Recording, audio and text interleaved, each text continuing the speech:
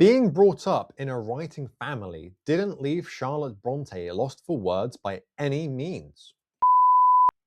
She starts using magical potions to cope with her overwhelming emotions, and potion addiction is always a slippery slope. This book picks up right from where the last one ended. No time skip, no bullshit. I'm still emotionally recovering from my experience in finishing the Greenbone saga in November 2024. And you mean to tell me that Fonda Lee's dropping a new standalone book? Hell yeah, emotional damage. Hello everybody, I am Rue, and this is my cozy corner of booktube, Rue with Books. I am back, lads. It's great to be here again. I was away last week visiting my partner's family, and I did not have a good optimal space to record, so I apologize for not uploading, but we are back to regular scheduling with the once a week uploads, so hello again. The silver lining to my being away is, however, that I did manage to get a good chunk of reading done. I read a pretty colossal book and started on a shorter one during my time away. Anyway, this is my talking book series in which I talk about books that I have recently read, books that I am currently reading, and books that I plan to read in the upcoming future.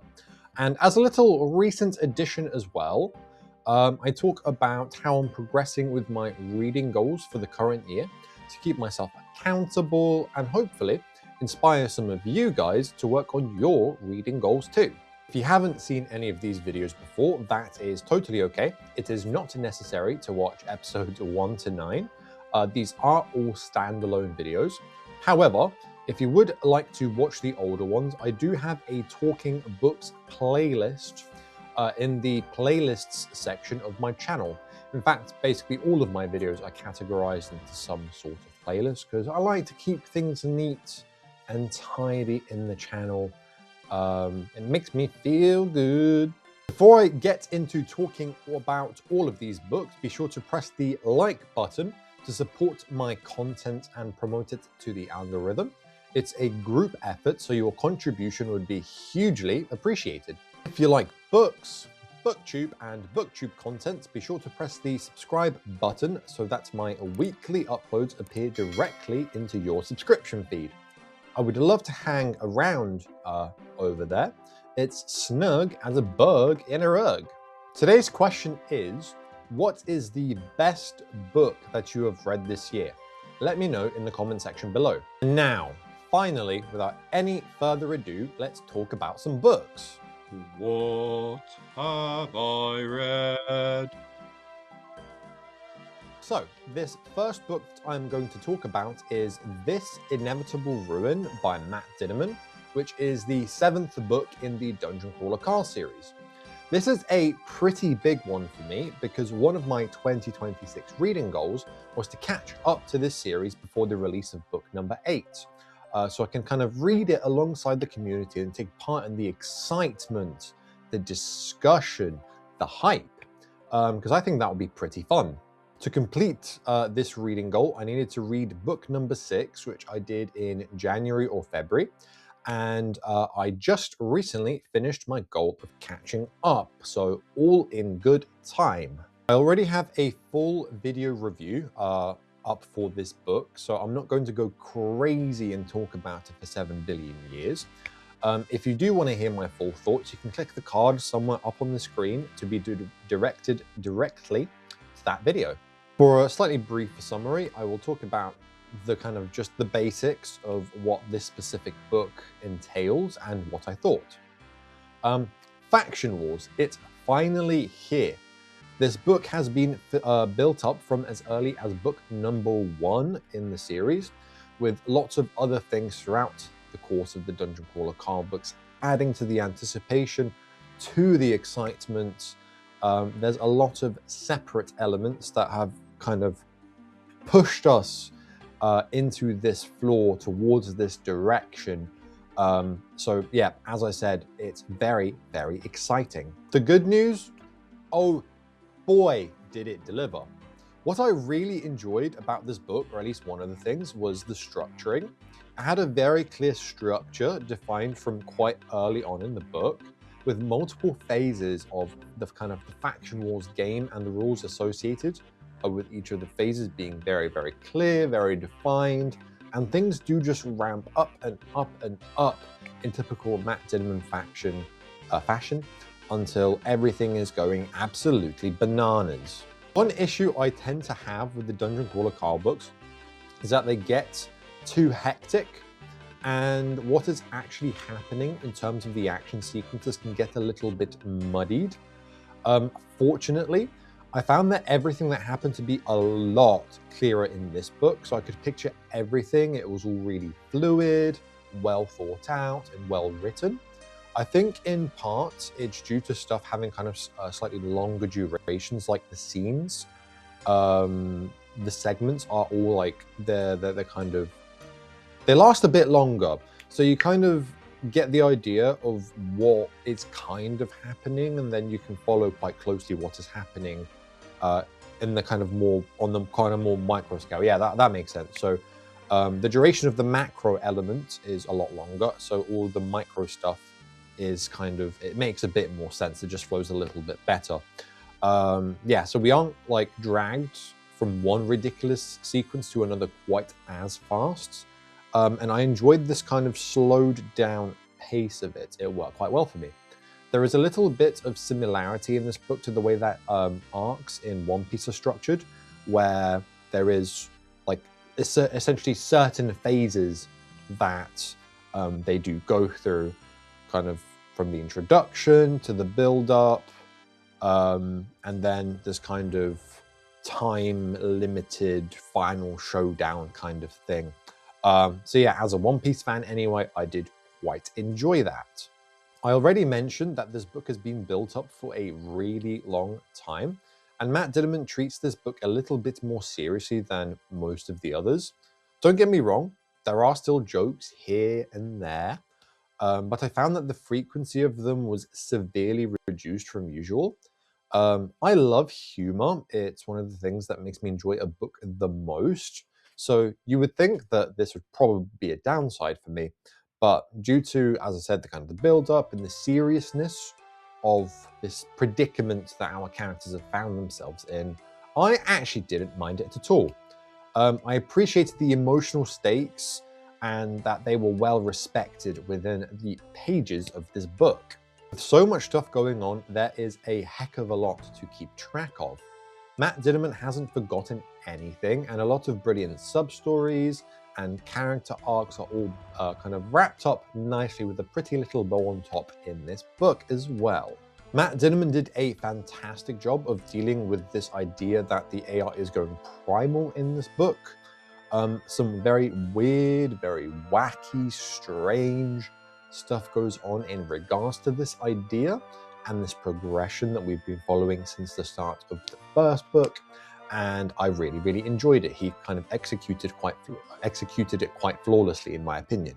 My only criticism to this book is that there are too many abilities, too many items by this point, so it's actually hard to remember what everything does.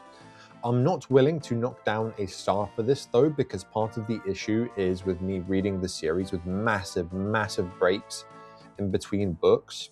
The Dungeon Crawler Carl series is deliciously bingeable. So if you go ahead and do it with in that method, with that route, I think you will have less memory loss than I did, and you won't have as much of an issue with this as I did. Conclusion of this book was absolutely brilliant. It was everything I could have hoped for. It really gets me excited for the next book and wondering where stuff will go next. I'd go as far as to say that this is probably my new favorite Dungeon Crawler Carl book. I rated this one 5 stars out of 5. Next up, I read Jane Eyre by Charlotte Bronte, and this is a book that I actually have in physical. This book is deceptively long. It really doesn't look that long by my edition. You can see it's not like a massive tome, But the font size is absolutely tiny. I don't know if you can see that. Hopefully you can. With tiny, tiny line gaps as well. So the hours, they did really stack up with this book. Anyway, let's talk about the actual book. I'm going to be including some spoilers just in regards to the very, very, very start of this book, and then go spoiler-free once that is out of the way. So I'd say I might spoil 50, 60 pages of the book, which is kind of like the prologue, essentially. So nothing much to worry about there. This book follows our self-titled protagonist, Jane Eyre, and we first meet her during her early childhood. She's an orphan, and before her parents croaked, they got her aunt and Mrs. Reed to promise that she would look after Jane in case anything happened, which, well, it did. So, cut forward. Jane is living in this very lovely, ornate, intricate mansion, but there is little love for her there. She's bullied and harassed by her cousin, John Reed, and then mentally and arguably physically abused by her aunt. She's locked up in a supposedly haunted room, and she essentially has this like mental breakdown. And she's like given like the bare minimum of food and treated like she's a pest. It's a really, really sad start to the book, which actually had me seething, raging, colossally angry on Jane's behalf. Following on from that, I did think this would be a really, really sad book for the essentially entirety of it. Just absolute misery. But things do get better, more light-hearted, and overall take a turn for the better for Jane. After a lot of anger and resentment, Jane is sent off to a public orphan school where she meets a lot of people, many of whom are in a similar position to Jane because they're all going to be orphans.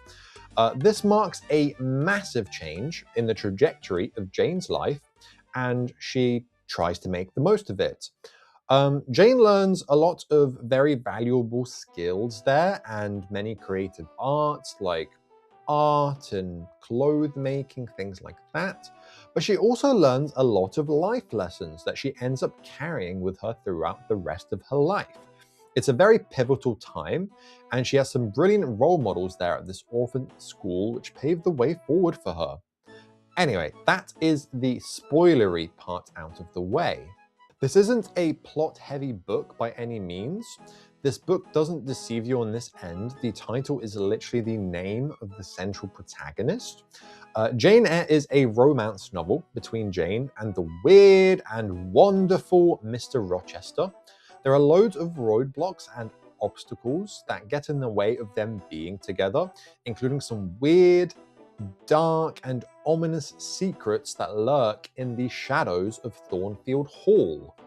Jane Eyre is an absolutely phenomenal book, and I really truly mean that. It is just so good. I was really surprised by just how accessible this book is for a classic, a book that was written in the 1840s. The prose is digestible, but really pretty and beautiful at times too. Charlotte Bronte has really proven to me that she can write in such a versatile style, going from really gripping dialogue to absolutely beautiful descriptions of these places that Jane lives in and the kind of scenery and nature, and the way that gloom and this kind of gothic stuff can be expressed too. It is actually a masterpiece. I really enjoyed the pacing of the book as well. After reading it for an hour, hour and a half every night, I could really, really easily recall what had happened. It never felt muddied or like a certain part of the story overstayed its welcome. Yeah, just amazing pacing. I really can't say enough. This is, once again, a masterpiece. A pivotal work, a book that shows you how it should be done when writing a super duper character-driven story. I also love the characters in this book. We see such a stark change in Jane Eyre from childhood to adulthood. Mr. Rochester is so weird, so vibrant, and he just had me laughing so hard in several moments of this book. I definitely did not expect this book to be as funny as it was, but it was really such a welcome surprise. Mr. Rochester is educated, really intelligent, plotting, and pretty conniving. But in his dialogue, he carries himself as such a quirky, funny fella. He makes a great contrast to the more reserved nature of Jane herself. It's what makes them work together. It really feels like yin and yang. Jane is a great conversationalist, debater when she's drawn into conversation, though you do have to put some effort in to get her going and set her off. And she definitely lets her feelings be known on certain matters. Mr. Rochester likes to start these conversations so they have lots of back and forth that you can just really get sucked into. The character dialogue in this book is just brilliant. I really enjoyed reading the conversations between these characters. You can really feel all their different personalities and the way that they are, just how they express themselves in dialogue. The characters are vibrant, they're expressive, and overall just brilliant, to be honest. I can't use any other adjective there because they are. As I already mentioned, the pacing was brilliant and I felt like I could really easily recall everything that I read within each reading session. There are a few different story arcs within this book and I found them all to be really interesting. You meet different characters throughout. There are several different settings that let you feel like you're not locked up in one place for too long. I really have nothing bad to say about this book. It's just absolutely perfect from start to finish. It took me a good while to read this book, easily a couple of weeks, but I never felt bored or like I just wanted to skip and sprint to the finish line. I enjoyed every line, every page, every chapter, despite its length. I would go as far as to say, if you are a character-focused reader, more so than plot-driven, and you want a classic book that is a good place to start for classics, this would be the perfect book to start off with. It's just absolutely amazing. So we are starting off strong. Overall, I rate Jane Eyre by Charlotte Bronte a perfect 5 stars out of 5. It's not my favorite classic. The crown for that still goes to Catch-22 by Joseph Heller, but it's definitely up there in my favorite few, maybe my top 3. I'd say that sounds reasonable. An absolutely phenomenal book. Being brought up in a writing family didn't leave Charlotte Bronte lost for words by any means. The next book that I read was Best Served Cold by Joe Abercrombie. This is one of the ones that I read while I was away, as I hinted at earlier in the video. This book follows Monza Mercato, a very powerful and successful mercenary whose overwhelmingly positive popularity puts her in the crosshairs of her employer, the Grand Duke, also the most powerful man in Styria. This book is set in the Years of Blood, where the Grand Duke also is at war with the League of Eight over control of the continent.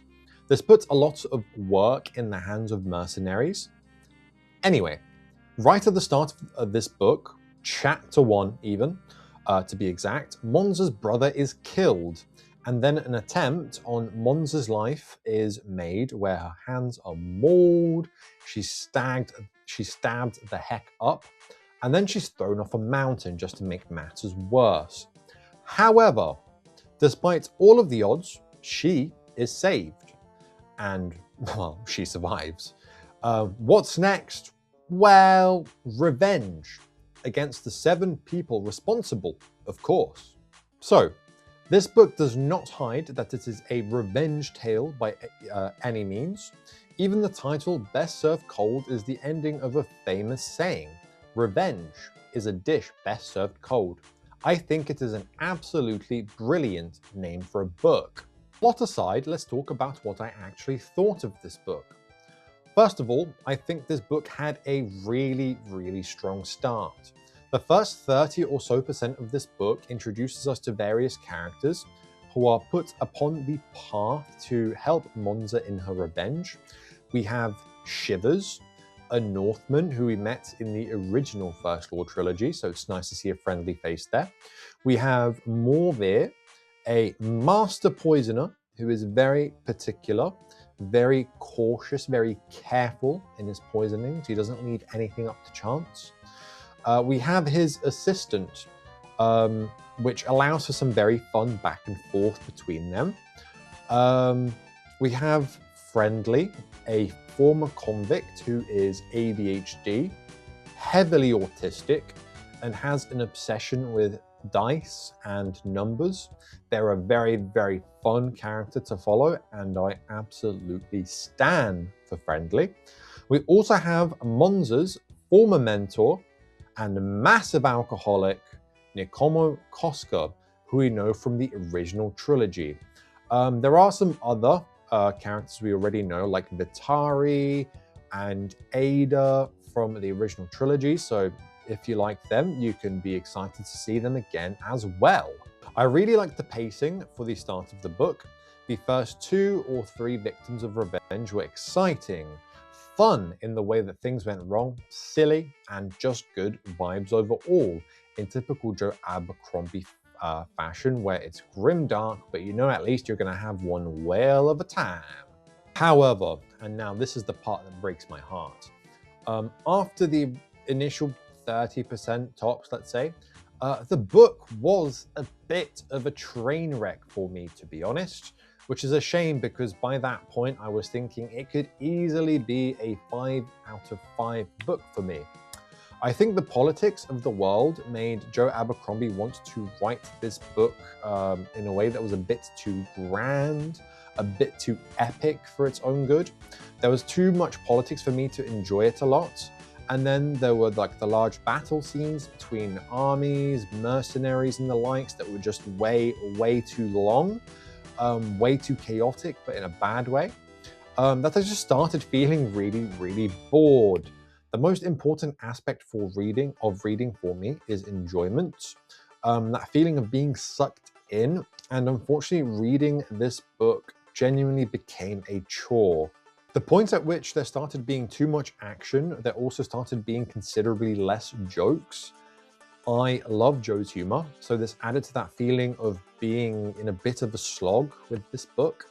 At about 85 to 90% of the way into the book, things started to take a turn for the better again.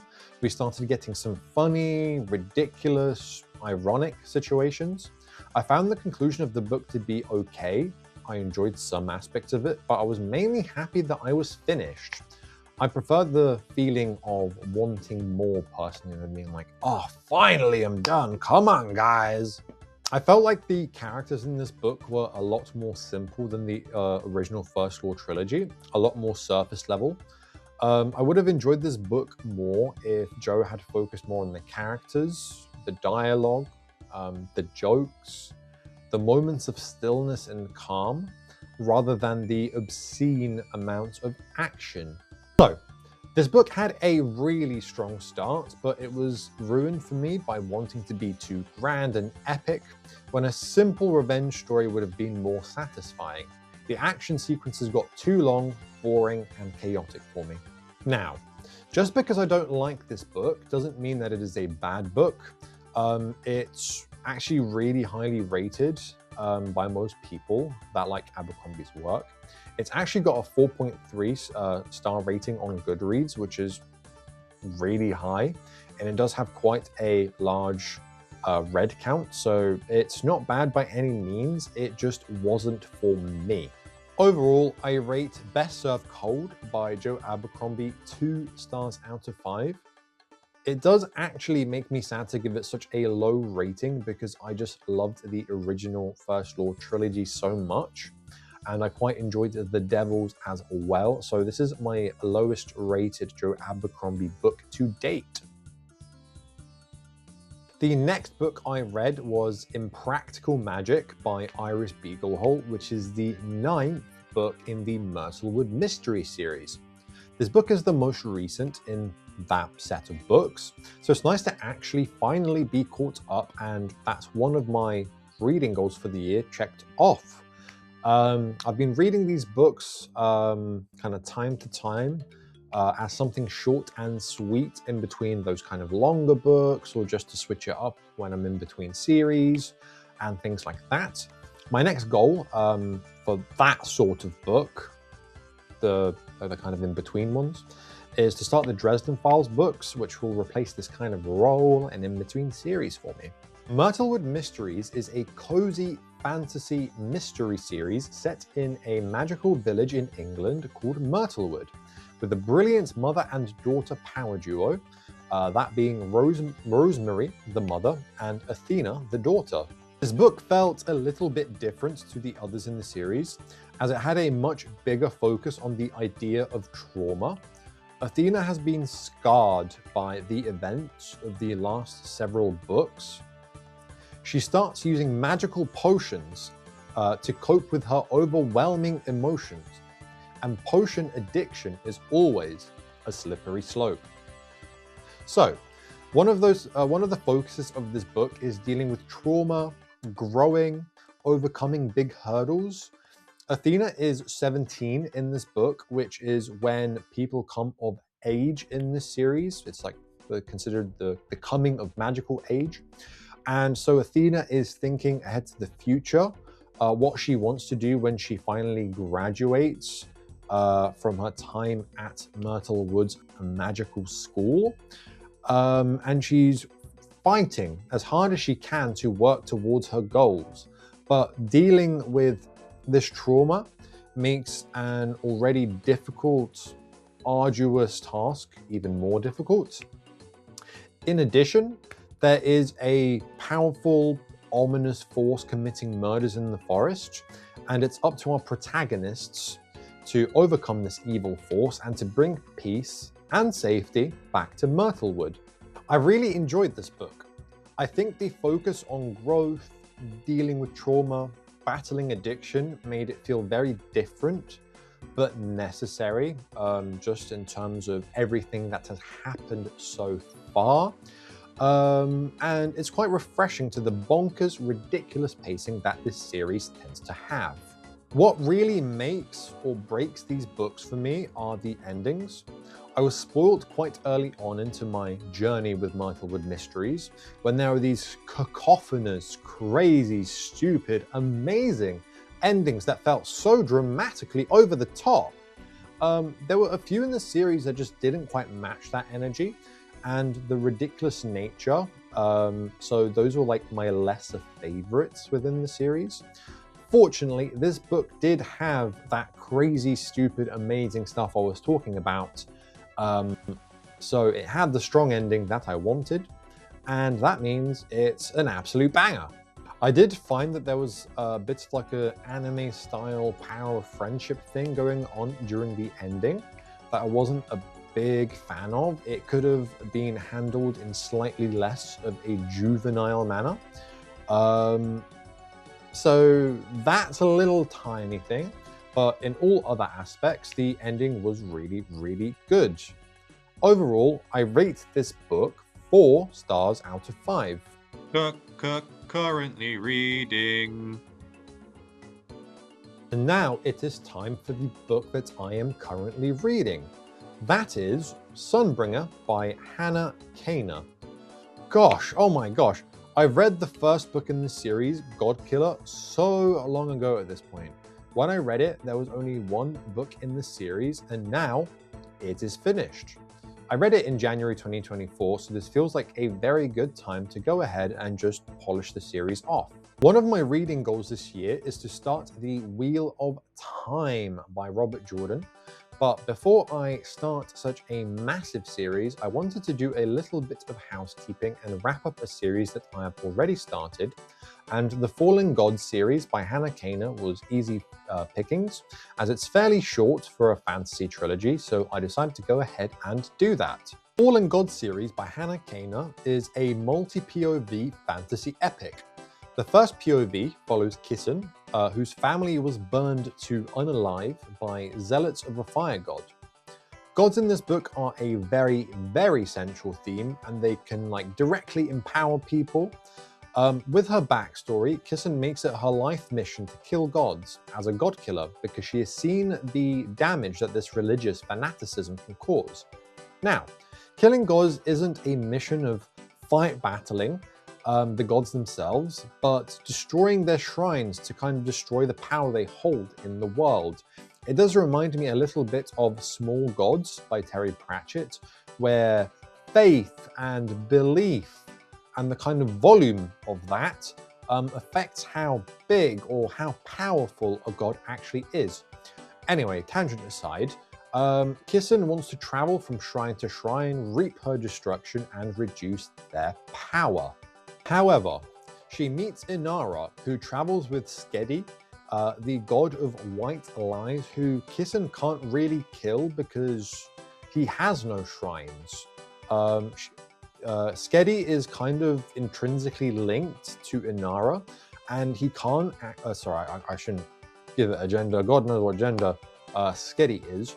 But Skedi essentially can't get too far away from Inara because it causes Skedi intense amounts of pain. So Inara and Skedi, they have a very special bond, and Inara is our second point of view. The bond that they have is interesting. It allows Inara to essentially see various shades of people's emotions. And this is a very powerful tool because it allows her to try and influence people with white lies, who Skedi is the god of, based on their emotions. It kind of gives her an opening for social engineering. It's not all just working on people's emotions though. She does have to learn to live a life on the run, in some points become quite independent because, as said, she kind of ends up joining paths with Kissen and another POV, who I'll talk about in a second. So she is quite young, I should probably say. She's a young noblewoman in some senses. So she kind of has to learn this independence throughout her travels because her friends might not always be with her. And we see her coming into this role, this more powerful, independent person as a central protagonist throughout her travels. Our final POV is Elo, a disillusioned knight who is on a secret quest. All of these characters' paths intertwine and they end up going on a bit of a quest together to the city of Blen Raiden that was absolutely ravaged in this kind of battle with and against gods. And at the time of the first book, it is a city that is plagued by wild gods. And essentially, if you're there and you spot a god, you probably aren't leaving alive. It is very brutal, very, very dangerous, and very thrilling. Everything I've said so far is from the first book, just to give some context of what this series is about. This book picks up right from where the last one ended. No time skip, no bullshit. Because I took a 2-year break from this series and haven't really thought about it much since I read Godkiller, the first book, I was a little bit discombobulated when I picked it up. I did my best to remind myself of the important plot points, the characters, what happened in general, but I still felt a little bit lost when I picked this one up. It didn't take long to get sucked back in though, so that is definitely a positive.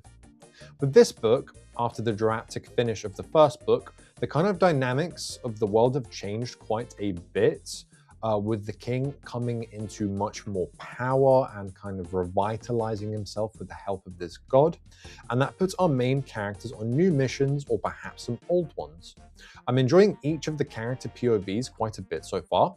I don't have a particular favorite, but I also don't find myself rolling my eyes when I return to any specific one. That's quite a good sign for a multiple POV fantasy series. Each character has their own skill sets, their own motivations, which makes each POV feel distinctly different to one another. There's kind of a rotation between the characters, but that constant switching does not feel jarring at all, considering the short-ish length of the chapters. They do range from, let's say, 5 to 15 minutes, which is definitely on the shorter side. We have some new characters in this book as well, which I'm growing to like too. We have the start of a rebellion plot, which feels exciting, and I'm excited to see how it culminates, whether it's easy breezy or it's very difficult and has a lot of roadblocks in the way. We shall see. It might be a show of the kind of aptitude of our characters, whether their journey at the start of the series has paid off and things like that. So yeah, after a bit of a knee-jerk reaction to start, I'm actually quite enjoying it now. I am about 60% of the way in, so I'm not too far from finishing actually. Gotta read this, man! After Sunbringer, I plan to read Faithbreaker by Hannah Kana, which is the next book in the series. So yeah, not much more to say because, you know, I did just talk about it literally 20 seconds ago. But yeah, just to let you know right here, I will finish this series very soon, and then I'll be on to different stuff. I'm still emotionally recovering from my experience in finishing the Greenbone saga in November 2024. And you mean to tell me that Fonda Lee's dropping a new standalone book? Hell yeah, emotional damage. I'm really excited to pick this one up. I plan to do so on release so I can get a review out for you guys while it's still hot. This book is described as a space opera that includes corporate samurai. I'm glad that Fonda Lee is sticking to the Asian-inspired fantasy, although in a very, very different setting. It's somewhat of a niche, but she's very, very good at writing with that kind of style, those types of, you know, power systems, those types of characters, things like that. Making it a space opera sounds very refreshing though, and I'm really, really curious as to whether this idea, the execution, will be any good. This book follows Isako, a legendary swordswoman. When her longtime client retires, she plans to do so as well, and walk into the frozen wasteland of her planet, which we can see on the cover of this book, basking in her legacy with her head held high. However, a competitor offers her a mission, and it's one she cannot refuse. Why? I don't know. Whether she's held at gunpoint in some sense, or she can't refuse a challenge, I'm excited to find out.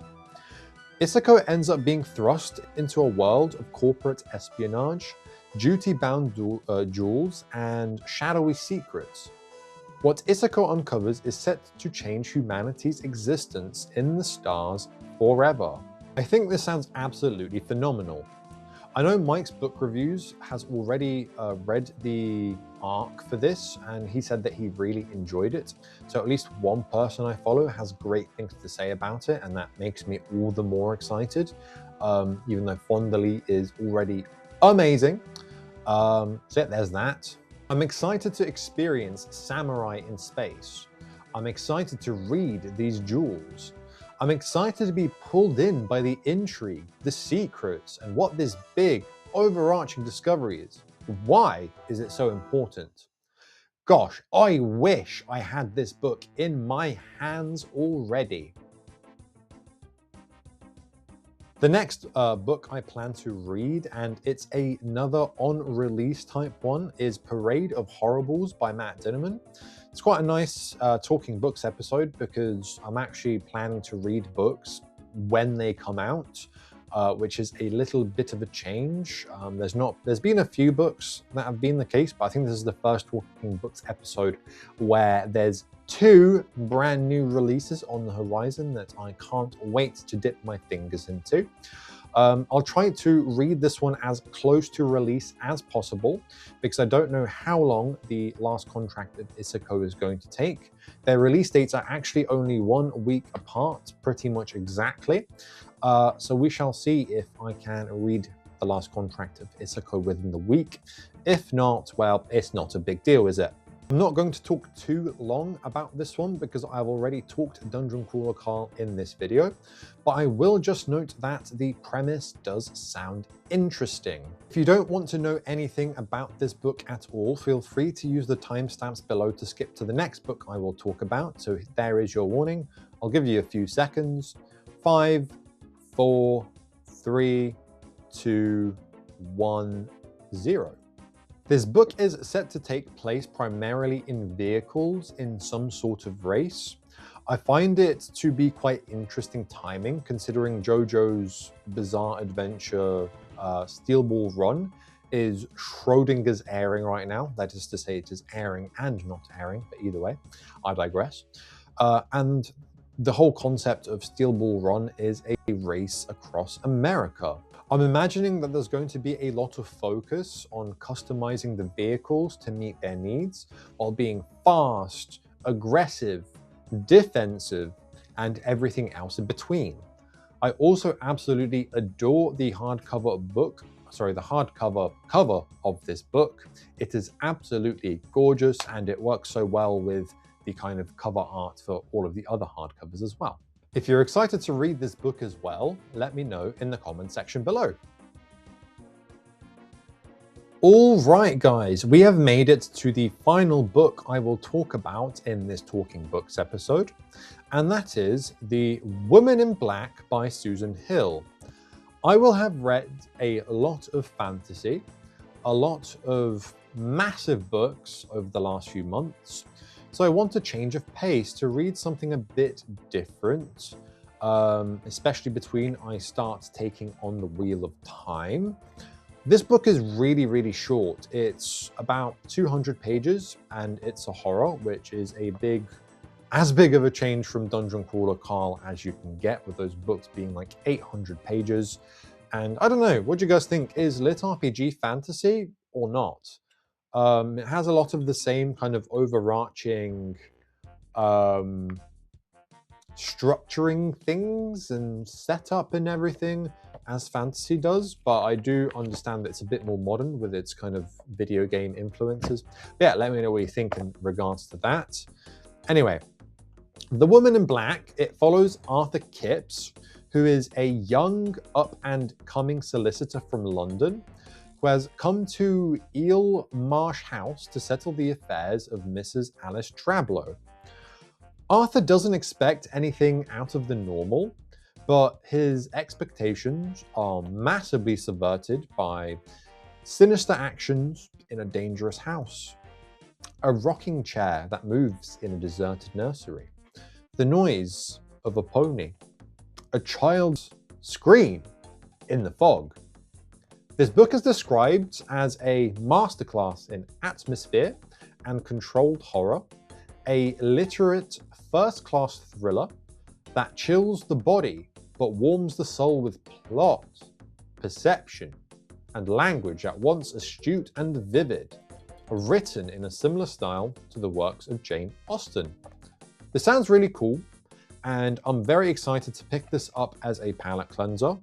It's just calling to me. It is absolutely calling to me. So yeah, I'm excited to experience these spooky ghosts and see what the hype is about for The Woman in Black. So, up on the screen right now is a little picture showing how my 2026 reading goal progress is coming along. Since last time, I have read the most recent Dungeon Crawler Carl book, and I've also caught up to Myrtlewood Mysteries. It's not massive progress when there are so many books still on there I want to read, but it is enough to keep me on track with accomplishing all of these things by the end of the year. We are only in April, mid-April right now, and I am going to be taking a bit of a break from the goals next month with the release of The Last Contract of Isako, and I'll be reading some more Dungeon Crawler Carl. And then I'm going to read a few things just to act as a palate cleanser, refresh me after some very long books and just reading such a massive amount of fantasy. But once I feel refreshed and wanting to get back into all of that action, I'll be heading into the Wheel of Time and also working on my other reading goals. I'm currently about 60% of the way into the next Godkiller book, and as I mentioned, that's what I'm currently working on. It's my pre-Wheel of Time bookkeeping. Not to spoil the next Talking Books video, but I will be, as I said, taking a little break from fantasy to read some shorter books and non-fantasy stories. I plan to, hopefully, pick up some more Stephen King, maybe read some other shorter standalones. I do have some ideas, but I'm not going to say much more than that yet. But one of those is The Woman in Black, which I already covered in the TBR section just a second ago. While Discworld is fantasy, it is a satire of the genre and doesn't focus at all on intricate fight scenes and the such. It's a lot more character driven. So maybe it could be a good time to pick up a Discworld book soon as well.